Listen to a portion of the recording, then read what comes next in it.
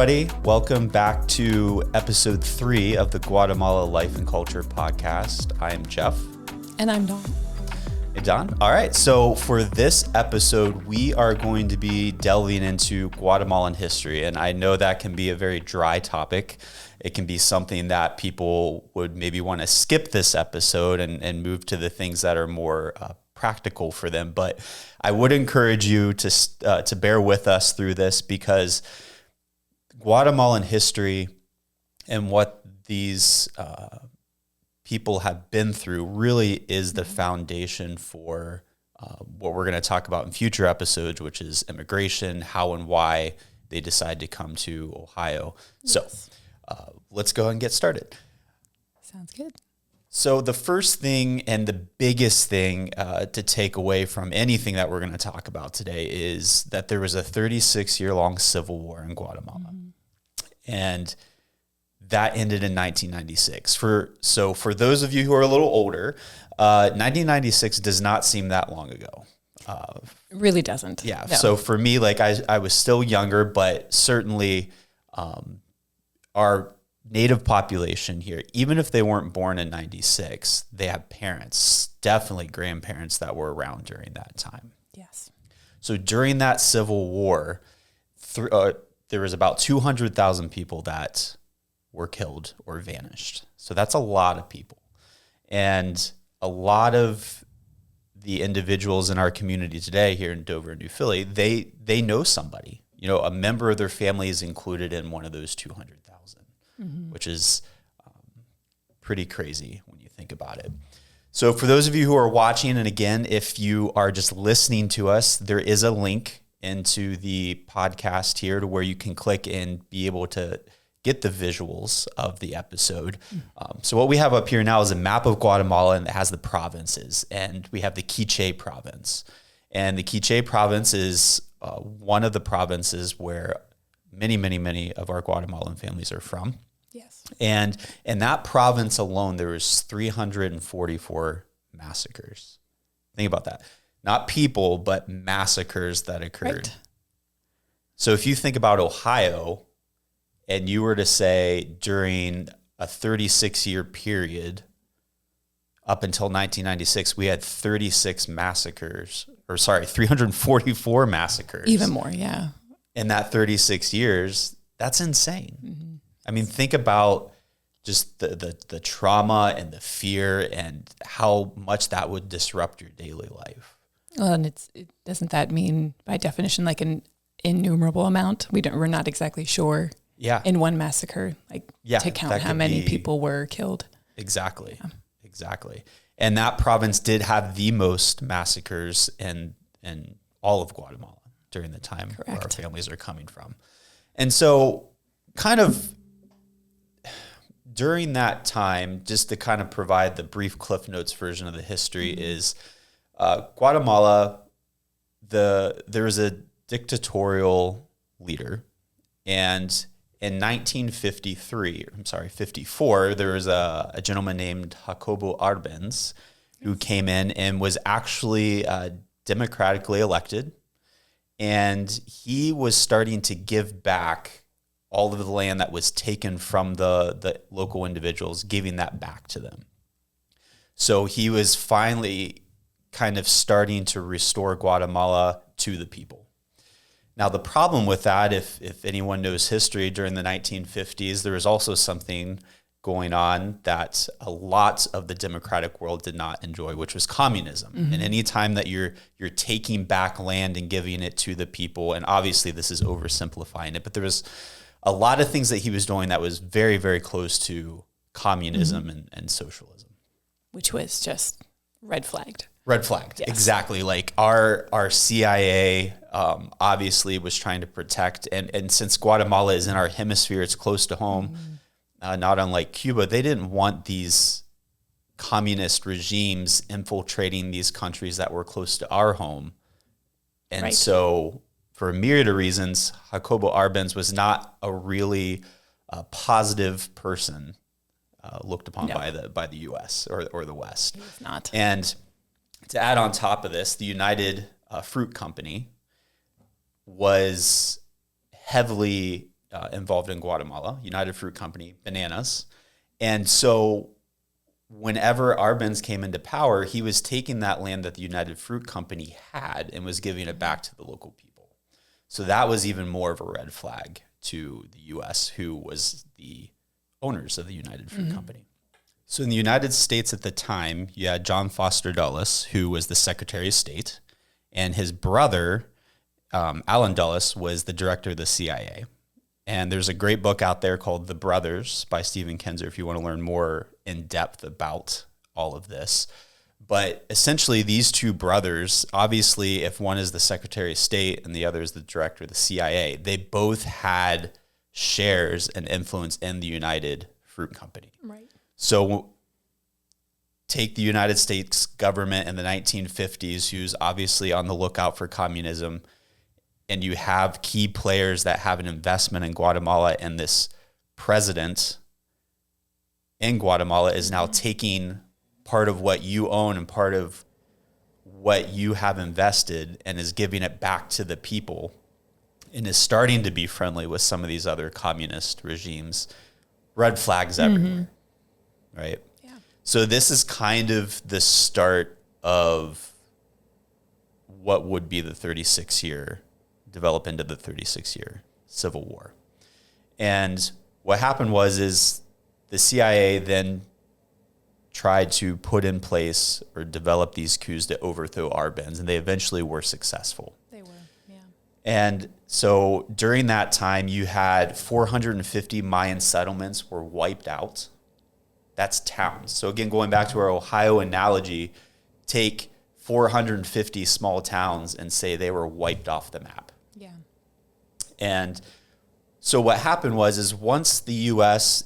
installed this dictator, overthrew Arbenz, now you have another coup trying to overthrow that government. So you can kind of see there's this turnover. You have a dictator, Arbenz was elected, then he was overthrown, new guy who's not great, dictator put in. Now you have the people trying to overthrow that guy. And so whenever what develops into the Civil War is you have the government who is trying to prevent the Guatemalan government, trying to prevent another overthrow of their regime. And you have this guerrilla warfare developing in the mountains, a lot of where our families are from, now trying to overthrow that new dictator. Correct. And so the way the new Guatemalan government was able to kind of develop a plan to prevent that from happening was, and we have a quote here, the Guatemalan military came up with a metaphor that the guerrillas, so the people in the jungle that were trying to overthrow this new dictator, were like fish. And the peasants, most of them poor indigenous farmers, were like the water. So they saw like these indigenous villages, this place where a simple life was happening, as this breeding ground of recruiting to where these guerrillas who were against this new government could go into these villages and say like, hey, you need protect your land. We're here for you. We want to protect you. You need to join us. And so the government looked at that, and as a strategy goes, we need to cut that off. Yeah. So that's why those settlements were wiped out. And that's what started this Civil War is you have the government facing these new guerrillas, and these indigenous Mayan Indians, who we all learned in previous episodes is the majority of our population, is now caught in the middle. And they are the ones suffering the most from this fighting. Yeah. And unfortunately, the U.S. State Department, referring to Guatemala in 1955, this is an excerpt, quote, "The illiterate majority has continued to live separated from the main currents of modern life, entrenched in ancient customs of the Mayan era." And it continues to claim in one briefing, quote, "They have little ambition and less opportunity to rise above the subsistence level.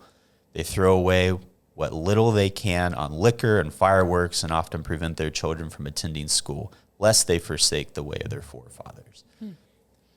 So those quotes just kind of put you in a mindset of this is how this indigenous population was viewed. Yeah.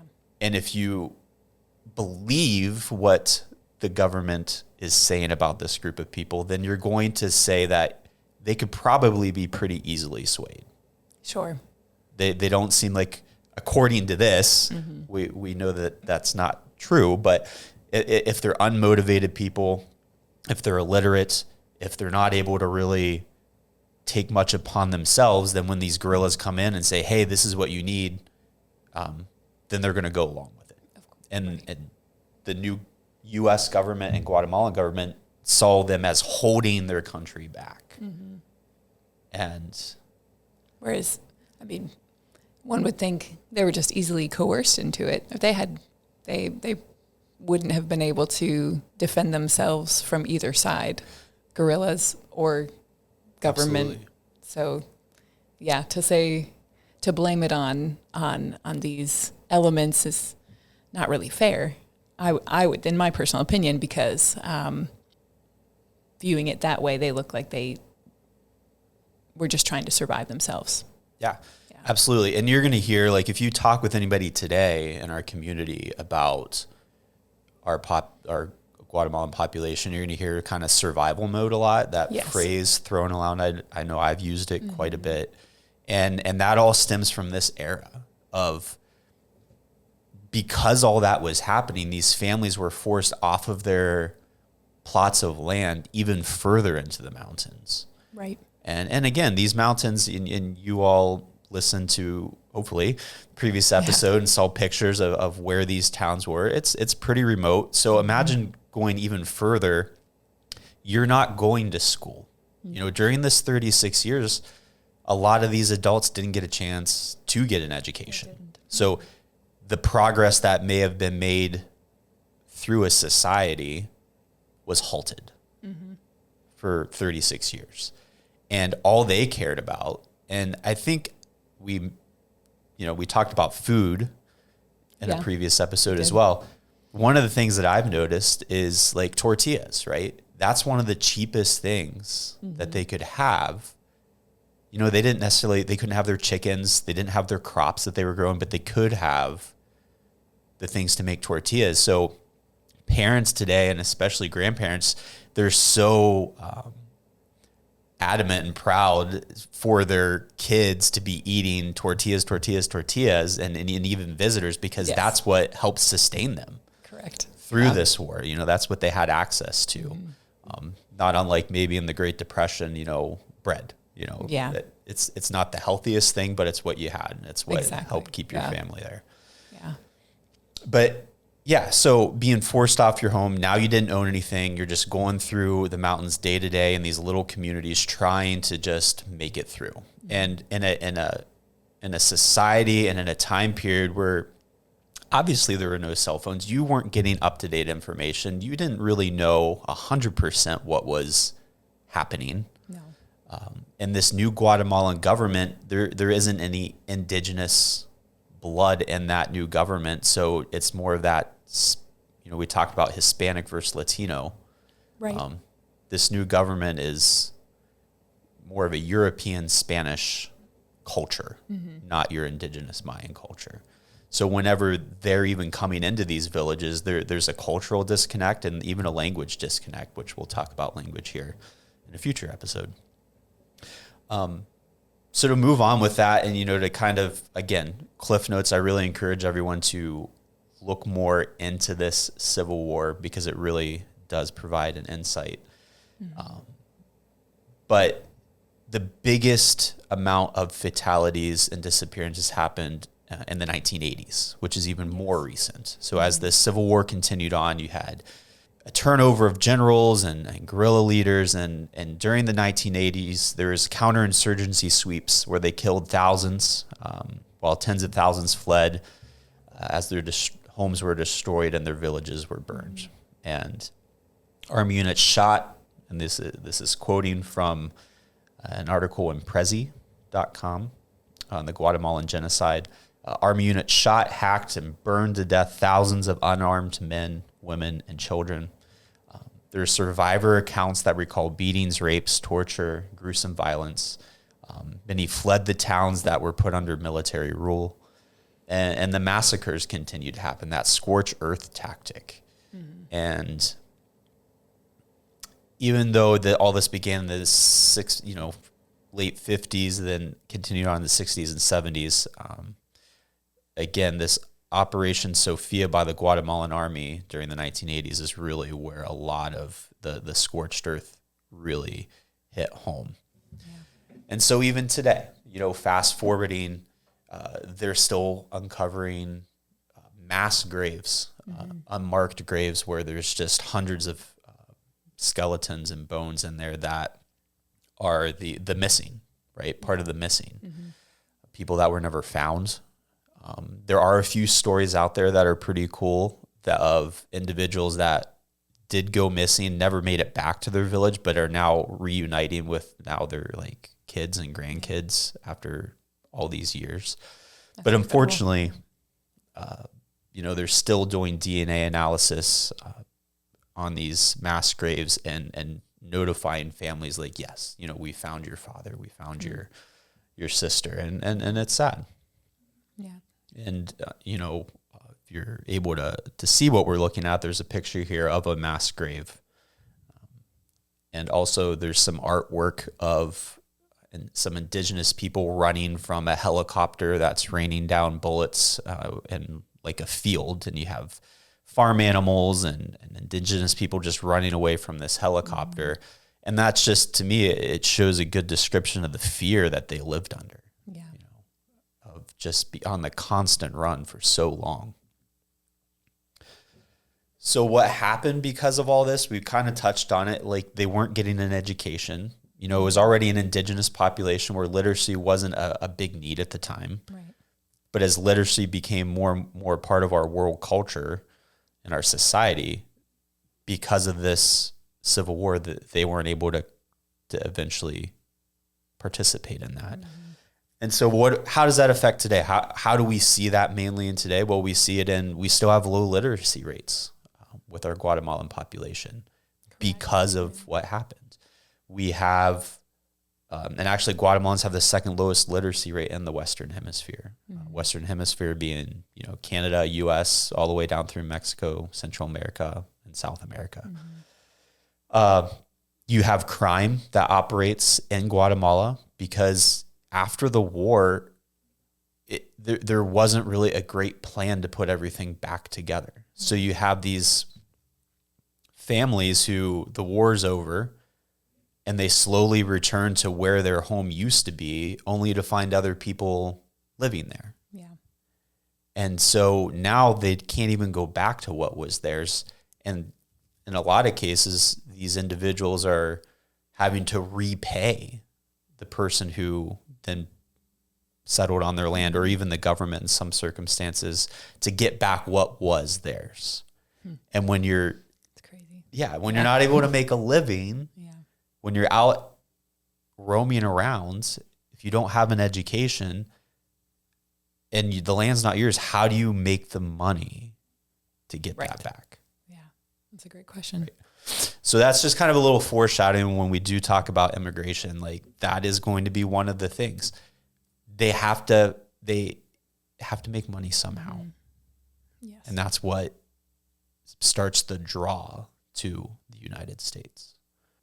So just kind of on an aside of all this, because of this situation, the war, a lot of you who have interacted with the Guatemalan community might notice that, they don't use Google Calendar. They don't use a weekly planner for the most part. There are those out there that do. Sure. It's a day-to-day thing. So if you say, hey, you have a doctor's appointment, let's say it's May and you have a doctor's appointment in June, they're not writing that down anywhere, No. Because their culture is used to, I need to do what I need to do today to survive. Yeah. And it's not that they don't care about those things in the future. It's not that they're being rude if they forget to show up to, whether it's a doctor's appointment, a school event, whatever it may be. It's that's just simply not the way that they were raised. That's not the situation, the culture that they grew up in, through no fault of their own. No. Yeah. Also, birthdays. We make a big deal out of it, and they make a big deal out of it as well. Yes. But for those who live through that time period, if you were to ask them what their birth date is, they might not know. Mm-hmm. They might not know their kid's birthday. Right. Because you lose all sense of time. Mm-hmm. You're just day to day. What do I need to do today to make it? You don't necessarily know that your baby was born on June 4th on the side of a mountain. Right. And so that's why a lot of times, even on the official birth certificates that they have, sometimes they'll just have a date that's thrown on there. It might not actually be the date that they were born. Right. Simply because they had no access to that. Which is, it's kind of a refreshing way to live in a sense, without having to keep a calendar and commitments and pay your bills at this time, which is all important, of course. But just we run culturally so much by our month to month, week to week. But when you just think of days, day after day, like there's no need to say, oh, it's June now. Right. It's just whatever season you're living in. And yes, it is often mistaken as neglect or, just not being aware, not being interested in knowing. How can you not know your kid's birthday? Yes. But I think that also goes in with the difference in American calendars as well. Like we do, we date the month first and then the day, and then that can get jumbled up when you're just looking at numbers. It's confusing. It is. So oftentimes you're like, June or July? It's all the same. Yeah. It is. And that is a big cultural, and I think that might be the main cultural difference between the group, our Guatemalan group that we have here in Tuscarawas County, and our normal quote unquote American culture is that. I think that causes the most friction, because if you look at my Google Calendar, it's color coded. I've scheduled things out beyond a year now, and I look at that thing multiple times a day. Sure. But yeah, that's a good point. Like it is a freeing way to live, but also obviously during that time, it's hard too, right? It just wasn't a priority. Yeah. Yeah, not a priority. Mm-hmm. So on one of the visuals we have here, I was in the town of Sheshuskop, which is outside of the town of Neba. I've been there too. Yeah. So you've in previous episodes we kind of described what those villages were like, but on the wall of this older indigenous lady's home, there was a letter said from the President of the Republic. It was dated in 2008. And she had it framed, hanging on the wall, and it was typed out. And it was a general letter. You could tell it was sent out to many, many people, but it had her name on it. And one of the portions of the letter in bold, it said, "After many years of indifference, in the name of the state of Guatemala, we ask your forgiveness for the anguish and the pain caused during the armed conflict." Wow. And this is one of the first times that this was being acknowledged, that the government did do atrocities towards its own people. And the fact that she had this framed and on her wall told her how important it was. Yeah. Because just down the little dirt road from her home, there was a mural that actually is no longer there. They've since kind of rebuilt something there. But there was a mural on the wall that says, for the kids today, that we wish basically the return from the war. And it has a list of names of kids that disappeared. Yeah. So literally a 2-minute walk from her home. And so she lived through the horror of this, and the fact that the Guatemalan government was finally taking some responsibility meant a lot to her. Yeah. And even today, there are people that say that this armed conflict and this genocide never happened. Kind of like there's the Holocaust deniers out there. But I think there's starting to be some healing, and Guatemala has made an effort in trying to include those indigenous Mayans into this is Guatemala. And there's some more visuals here of more murals in Guatemala City of military people holding hands with all shades of skin color and dress, including indigenous people, saying like, you know, I love Guatemala. This is, we are all one. And in one of my first trips there was an actual Pepsi campaign that was going on that included indigenous people. And it was, it was one of the first major campaigns out there that included the indigenous population. Yeah, that's very cool. And so that's still 20 some years after this war ended. So it shows you how slowly things are coming about. Right.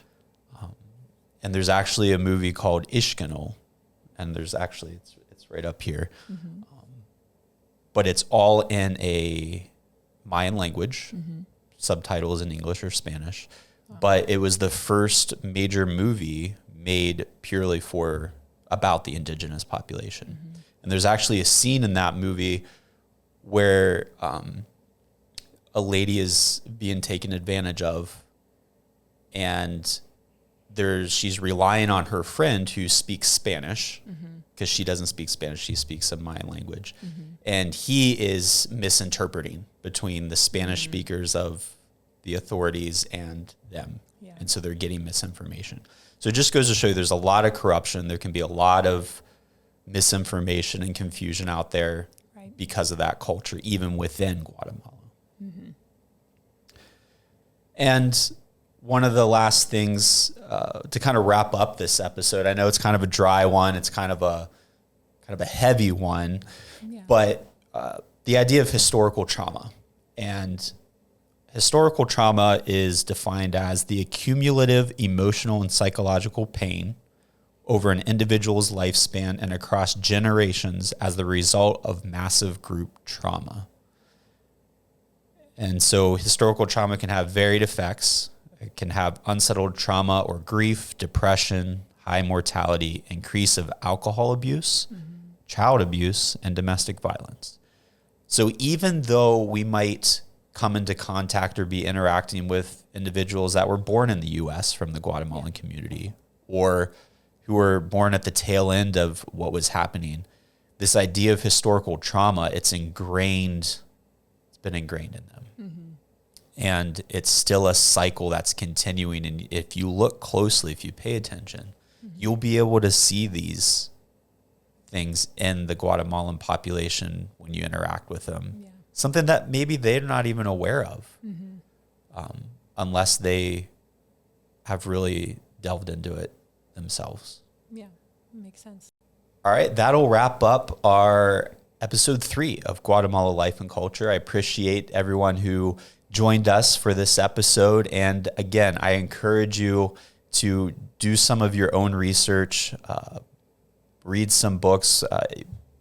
We have our contact information on the link below. Feel free to reach out if there's any particular area or subject matter that we've talked about, not only in today's episode, but previous episodes. I'd be happy to give you reading recommendations or documentaries, because it is, we didn't do it justice. Yeah. So thank you again, and we'll see you next time.